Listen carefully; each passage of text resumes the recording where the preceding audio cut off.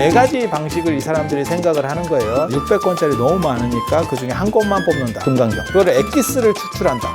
반야, 심경. 그 다음에 전동. 전동만 가지고 잘 안 됐을 때 그러면 그걸 압착시킨 진원. 그래서 반야경에 대한 압착 진원이 아제아제, 바라제, 바라승아제, 무지사바. 이렇게. 불화가 단가가 셀까요? 경전이 단가가 셀까요? 그 당시는 경전이 좀 세지 않았어요. 응? 어때? 아니 그냥 찍어봐요. 어떻게 더 중요할까요?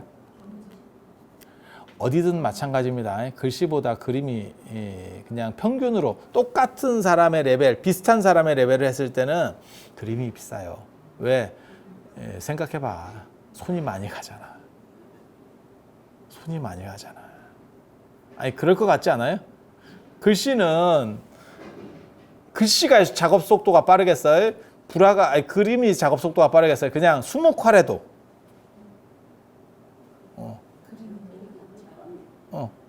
그림이 상대적으로 더 어려워요. 손이 더 많이 가요. 공이 더 많다고요.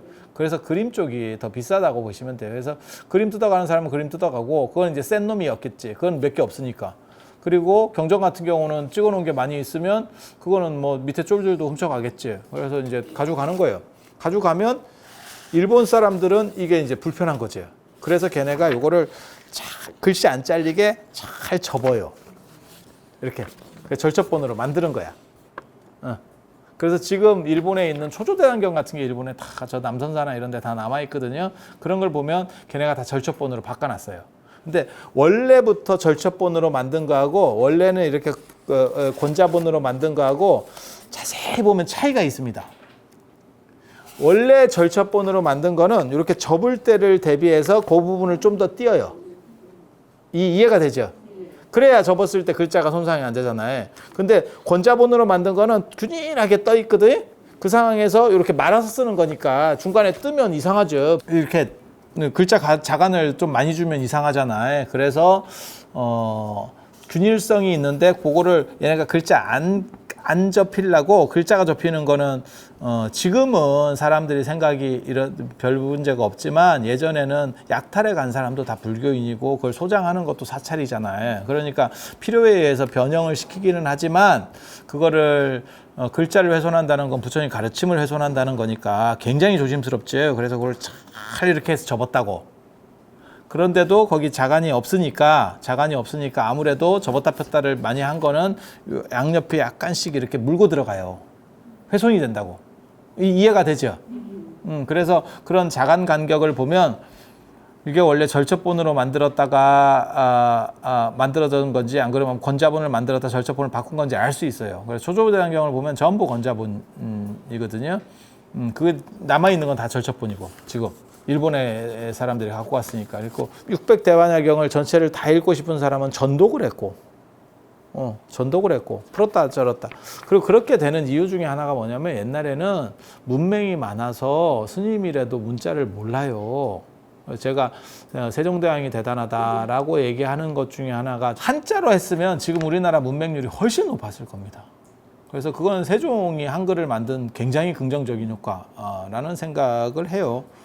그래서 예전에는 당연히 한자 중심으로 쓸 때는 문맹이 높죠. 그리고 스님이라도 당연히 모르는 사람은 모르죠. 그러니까 스님이 다 평균이 아니에요. 되게 지식인이 있는 거고 그 다음에 상태 안 좋은 사람이 있는 거고 최근까지도 그랬어요. 그래서 스님들 중에서 암기력이 비상한 사람들이 있었어요. 암기력이 비상한 이유가 뭔지 아세요? 한자를 몰라서. 의식집이 한자로 돼 있거든. 한자를 몰라서 암기력이 비상해져. 한자를 모르니까 이 사람은 외우는 거예요. 아니 의식을 해야 되는데 책을 못 봐. 책 보고 하는 게 아니야. 왜? 다 한문인데 내가 이걸 읽을 수가 없는데. 그러니까 이 사람은 의식을 집행하기 위해서 다 외우는 거예요. 근데 지금은 스님들이 의식들 쓰는 게 몇 개 없는데 옛날에는 훨씬 더 복잡했습니다. 각단청이라고 하는 걸 하고 각단불공이라는 걸 했어요. 지금은 떼거리로 불공을 하는 시절인데 예전에는 다 개인 독불공들이거든. 그래서 산신불공을 해주세요. 그러면 산신가에 가서 해야 되고 안 그러면 뭐 저 큰 바위 같은데 산신이라고 여겨지는 뭐 바위 같은데 가서 하고 막 이랬었거든. 근데 그거를 한자를 모르니까 다 외우는 거예요. 책 한 권을 다 외워. 의식집 한 권을 다 외워. 이런 걸 보면 내가 모모 스님은 내가 참 격세지감을 느끼지. 지금은 스님들이 자꾸 한글로 큰 글씨로 돼 있는 거 보고 하니까 이게 못 외우는 거거든. 제가 처음 절에 왔을 때만 해도 그런 분들이 있었어요. 그래서 의식을 어떻게 그렇게 다 외우느냐 그랬더니 자기 어렸을 때 이런 거 그러니까 한글이 일반화되기 전에 잘 몰라서 한문을 몰라서 나 다 외울 수밖에 없었다 이렇게. 그리고 그 스님이 내가 당황하는 걸 봤었거든. 제주들이 와가지고 제를 지내는데 제주가 이제 이름을 써라 이렇게 주니까 그때만 해도 이게 옛날 얘기라서 그래요. 제가 옛날 사람이잖아. 물론 여러분들보다는 덜 옛날 사람이지만 제가 옛날 사람이잖아. 그래서 그때만 해도 제주가 영감님들이 이제 제주인 경우가 있는데 당신 마누라가 이제 죽어가지고 이렇게 제를 지내면 축원문을 써라 이러면 그 영감님이 한문으로 다 이름을 써주는 거야. 그것도 한문을 좀 잘하는 분들은 좀 날려서 쓰거든. 정자로 쓰는 것도 아니고. 이러니까 이 양반이 축원하려고 이렇게 봤는데 못 읽어요.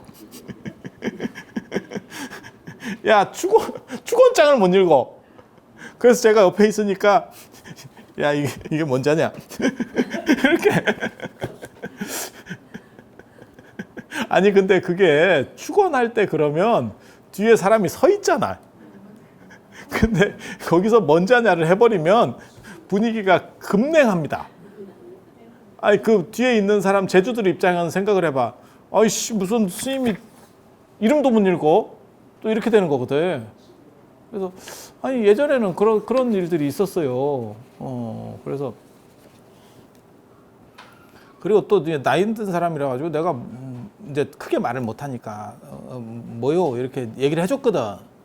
뭡니다 이렇게 얘기를. 그러면 그냥 한 번에 알아들어야 될 거 아니야. 잘 못 알아들. 뭐라고? 아니 그런 일이 있었어 진짜. 자기도 당황한 상황에서 이게 지금 뭐 축원하고 있다가 이게 뭐 땀 삐질삐질 나는 데서 뭐 잘 안 들렸겠지. 참 너무 슬픈 일들이. 그래서 예전에는 문맹이 많아서 이런 전독이라는 게 계속 전통으로 유지될 수 있었던 게 문맹류라고도 관련이 돼요. 문맹류라고도. 그리고 이런 전독과 비슷한 형태로 진행되는 게 윤장대. 예, 윤장대. 그래서 티벳도 문맹률이 굉장히 높아서 티벳 쪽에 이런 게 더 많이 발전해 있죠. 윤장대, 뭐 마니차, 손으로 이렇게 돌리는 마니차, 뭐 룽다, 뭐 이런 것들. 걔네는 뭐 길이라든지 아니면 다리라든지 이런 데다가 깃발, 부처님 경전이 새겨져 있는 이런 펄럭이는 것들을 쫙 달아놓으면 그 바람을 타고 그 공덕이 날아가고 그 길을 지나가는 사람에게 그 공덕이 되고 그게 다시 나한테로 이렇게 좋은 에너지가 오고 뭐 이런 얘기를 하잖아요. 그래서 그거를 풍마라고 하거든. 바람의 말. 거기 이제 저게 많이 티베트권 쪽에 바람이 많이 불어서 그래요. 그래서 풍마라고 하거든. 룽다, 풍마 뭐 이렇게. 그리고 그 유적이 그런 이야기 스토리가 우리까지도 들어오는 경우가 있어요. 그게 마곡사에 보면 마곡사 5층 탑 맨 위에 티베트 라마 탑이 있어요. 그걸 풍마동이라고 하거든. 풍마동이라고. 근데 사람들은 뭐라 그러냐면 저게 원나라 거고 워낙 우리가 그때 티베트 불교나 안 그러면 원나라 사람들에게 압제를 많이 받아서 빨리 달아 없어지라고 해서 풍마라고 그랬대. 바람에 달아 없어진다. 마모되라. 바람에 마모되라. 근데 그게 아니고 풍마라고 하는 거는 바람말. 바람말. 그래서 그 공덕이 바람을 타고 계속 널리 퍼져라. 뭐 이런 거였을 거예요. 그래서 티베트 쪽 같은 경우는 문맹이 많고 나중에는 이제 걔네도 답답하니까 파스파 문자, 파스파라고 하는 승려가 문자를 만들어요. 그런데 그 문자가 뭐 그렇게 상태가 우리 한글처럼 그러니까 한자를 다 빌려 쓰고 뭐 이런 그다음에 인도 근처에 있는 나라는 인도 말을 빌려 쓰고 이렇게 가지만 결국 자기네 민족 게 아니었기 때문에 자기네들이 만든 게 아니었기 때문에 답답한 게 있었던 거야. 그러니까 만주도 만주 문자를 만드는 거고, 우리도 한글을 만드는 거고, 티베트도 티베트 문자를 만드는 거고, 전부 문자를 만들어 가는 거예요. 그런데 이제 한글이라고 하는 게 여러 가지를 참고해서 가장 우수하게 만들어서 지금까지 경쟁력이 있는 거, 다른 문자들은 다 없어졌죠. 지금 다 없어졌죠. 뭐 만주 문자나 티베트 문자나 그런 거 안 쓰거든요, 잘. 예. 다 없어졌다라고 하기보다는 거의 잘 안 쓰죠. 주류에서 이탈했죠. 근데 우리는 오히려 뭐 지금 더 잘 살아났죠. 그리고 이제 얼마 전까지만 하더라도 한글이 좀 그지 같았다 이런 얘기를 들었었거든요. 그게 우리는 모아쓰기 문자이기 때문에, 글자를 모아쓰기 때문에 로마나이즈는 풀어쓰기 문자잖아요. 이렇게. 예. 그렇다 보니까 그게 뭐 타자치고 이런 데서 훨씬 편하다 이랬는데, 지금은 이제 컴퓨터가 일반화되고 스마트폰이 되면서 모아쓰기 문자야말로 가장 합리적인 문자다. 그렇게. 왜냐하면 몇 글자만 가지고도 뜻을 다 전달할 수 있으니까, 길게 막 단어들을 쓸 필요가 없으니까 굉장히 짧게 탁 되는 거죠. 그래서 요즘 애들이 그냥 이렇게 안 보고도 문자나 카톡을 치잖아. 이렇게 딱 수업 시간에도 탁 밑으로 치고 이렇게 가능한 거죠. 그리고 엄마에게는 니은 이런 걸 보내고, 네 뭐 이런 거 하나 한 글자로 다 초성만 가지고도 조질 수 있잖아. 이거 얼마나 멋있어. 세상에 그런 시대가 됐잖아. 예. 그래서 예전에는 이런 문맹들이 많았고, 문자의 한계들로 인해서 이런 공덕의 문화, 그러니까 읽지 않더라도 공덕이 된다라고 하는 문화가 있고, 못 읽는 사람들이 단순히 이걸 이렇게 펼쳤다 이렇게 하는 정도만 가지고는 또 만족을 못 하는 게 있죠. 그래서 너네도 읽는 것과 똑같은 방식을 하나를 더 얘기를 해줄게 라고 압착시켜서 짧게 만들어주는 게 있어요. 그게 진언이라고 하는 겁니다. 진언. 그래서 진언을 외우면 그것을 읽은 것과 똑같은 효과가 있어. 그러니까 총 4가지 방식을 이 사람들이 생각을 하는 거예요. 자, 자세히 보세요. 600권짜리 너무 많으니까 그 중에 한 권만 뽑는다. 그게 금강경. 577권째에 있는 금강경. 그거를 엑기스를 추출한다. 반야, 심경. 반야경의 핵심을 모은 경전. 반야, 심경. 심장과 같이 핵심을 모은 경전.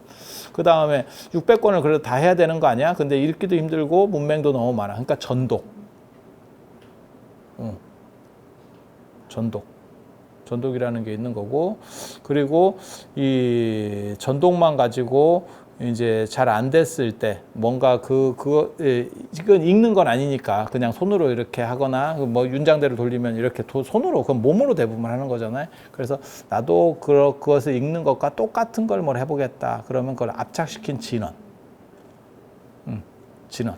그래서 반야경에 대한 압착 진언이 반야 심경 맨 마지막에 나오는 아제아제 바라아제 바라성아제 모지사바 이렇게. 그러니까 사람들의 요구 조건이 조금씩 다른 거죠. 사람들의 요구 조건이 조금씩 다른 거죠. 그리고 거기에 맞춰서, 그리고 다 있을 법한 요구 조건들이죠. 이렇게 들어보면 그럴 것 같은데 이런 것들에 맞춘 거죠. 그러니까 시장이 존재하기 때문에, 수요가 존재하기 때문에 뭔가 제품이 만들어지는 거죠. 거기에 맞춘 합당한. 그래서 오늘은 이 정도까지 하고, 다음 시간에는 왜 반야 공사상이 대두할 수밖에 없었는지, 반야경이 대두한 600권짜리가 나올 정도면 뭔가 대단한 사상 변화들이 있었다는 얘기고, 그러한 것들이 과연 어떻게 시작되는지, 이게 남인도에서 시작되는 문화거든요. 그래서 그런 이야기들, 그다음에 그것의 핵심, 공이라고 하는 것. 공이 제로입니다. 0. 그래서 영의 발견과 공은 진짜 밀접한 연관관계가 있어요. 그래서 인도에서 공이 발견될 때 영도 만들어지는 거예요. 다 어떻게 보면 인도 역사를 통틀어서 인도가 인류에게 한 것 중에서 가장 위대한 발견이라고 하면 저는 공의 발견. 공이 없었으면요, 인류 문명 자체가 이게 굉장히 피곤해집니다. 그리고 공의 특징은 뭐냐? 실체는 없고 작용만 있다. 실체는 없고 작용만 있다. 그리고 그것이 바로 공사상이에요. 영이 그런 거죠. 영이. 십진법에서 영이 없다라고 그러면 이게 참 진짜 세상 어려워졌겠죠. 그리고 영이라고 하는 건 특성이 개별적인 특징은 없고 다른 것과 붙었을 때만 있기 때문에 실체는 없고 작용만 있는 거죠. 이 멋진 생각이에요. 그리고 이런 생각은 진짜 스티브 잡스 한 100명 나도 나올까 말까 할 정도의 창의적 생각입니다. 그러니까 지금 우리는 답을 아니까 영에 대한 개념을 이해하고 있으니까 그렇지, 이 영에 대한 개념은 진짜 만들어내기 어려운 개념이에요. 제가 그런 얘기 했잖아요. 더하기 빼기에서 곱하기 나누기로 넘어가는데 인류가 수천 년 이상 걸렸다. 그 개념을 이해하는 데 있어서. 그런데 영의 개념을 이해한다는 건 진짜 어려운 거예요. 진짜 어려운 거예요. 지금도 사람들이 그래서 영의 개념을 잘 이해를 못합니다. 그리고 그 영의 개념을 철학적으로 얘기하는 게 공사상이에요. 그런 얘기를 제가 다음 시간에 해드리도록 하겠습니다. 그러면 오늘은 이상 마치고 다음 시간에 반야사상 관련된 공사상 얘기를 본격적으로 말씀드리겠습니다. 예, 들어주셔서 감사합니다. 인간 몸에서 가장 핵심적인 건 뭘까? 영혼까지 다 포함해서 가장 핵심적인 건 뭘까?